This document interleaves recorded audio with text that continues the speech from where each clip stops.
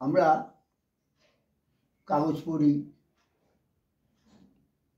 Novel পড়ি, আমরা হয়তো কিছু ম্যাগাজিন পড়ি, পড়াশোনার বইও পড়ি, কিন্তু আমি বলবো প্রত্যেকটি ছাত্র ছাত্রী বা মানুষের উচিত কিছু মহাপুরুষের বই পড়া বা তাদের জীবনী পড়া। মহাপুরুষের জীবনী পড়লে কি হয়, একটা ইন্সপিরেশন পাওয়া যায়। ভালো কিছু, তারা যে ভালো মহাপুরুষ হয়েছে কেন হয়েছে, নিশ্চয়ই তাদের মধ্যে কিছু গুণ ছিল।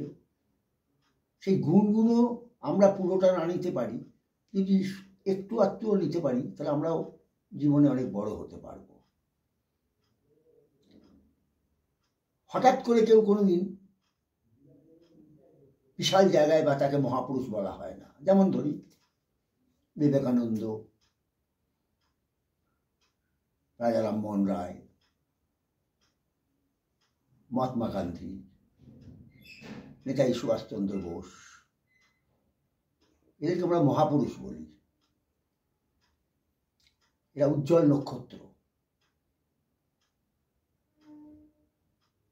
মহাত্মা গান্ধী হঠাৎ করে ফাদার অফ নেশন হতে পারেনি। ফাদার অফ নেশন হতে গিয়ে তাকে অনেক কষ্ট করতে হয়েছে, অনেক স্যাক্রিফাইস করতে হয়েছে, তবেই আজ তিনি regarded as a father of nation, জাতির জনক। রাজা রামমোহন রায় বহু কর্ম করেছেন,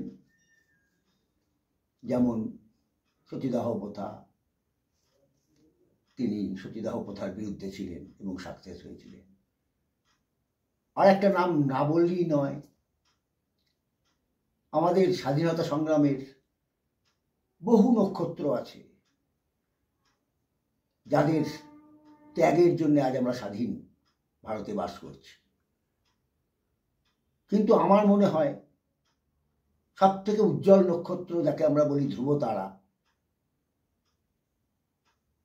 হি is none else but Subhash Bose.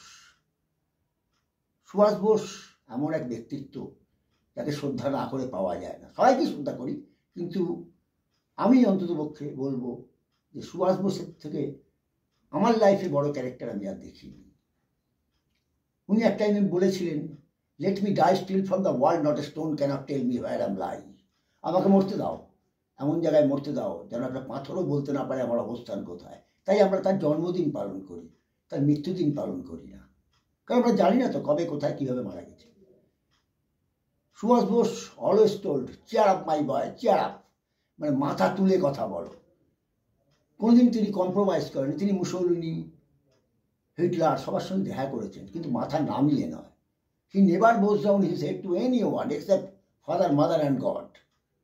ভগবান এবং বাবা মা ছাড়া আর কারো কাছে মাথা নামাননি উনি, কম্প্রোমাইজ করেননি উনি কোনোদিন। উনি বলতেন, I can give up everything for the freedom, but I could not give up freedom for anything. স্বাধীনতার জন্য সব ত্যাগ করতে পারি, কিন্তু কোনো কিছুর জন্য স্বাধীনতা ত্যাগ করতে পারি না। সুভাষ বোস এমন এক ব্যক্তিত্ব, আমার মনে হয় চারজন মহাপুরুষের ভালো গুণগুলো নিয়ে উনি তৈরি হয়েছিলেন। যেমন religiousness like Vivekananda, patriotism like Rana Pratap, shrewdness like শিবাজি, কমান্ডারশিপ লাইক নেপোলিয়ান বোনাপার্ট। এই মহাপুরুষদের সংমিশ্রণ, কোয়ালিটির সংমিশ্রণে সুভাষ বোস। তো আমি একটা কথাই বলতে পারি, uncomparable and undying testimony, super quality of Indian politics, he is none else but Subhash Bose. আমি বলবো না যে সুভাষ বোস স্বাধীনতা একা নিয়ে এসেছিলেন, না, সুভাষ বোস এসেছিলেন বলে স্বাধীনতা ত্বরান্বিত হয়েছিল, এইটুকু বলতে পারি আমি। আর নতুন করে কি বলবো সেটা থাক, তোলা থাক, 23শে জানুয়ারি বলবো। আরও অনেক কিছু বলার আছে স্বাধীনতার ব্যাপারে, 23শে জানুয়ারি বলবো। আজ আমার হঠাৎ মনে হলো, কেন জানি না, তাই এই কথাগুলো বললাম। আশা করি আপনাদের ভালো লাগবে। প্লিজ কমেন্টস করবেন। Okay, thank you and good night.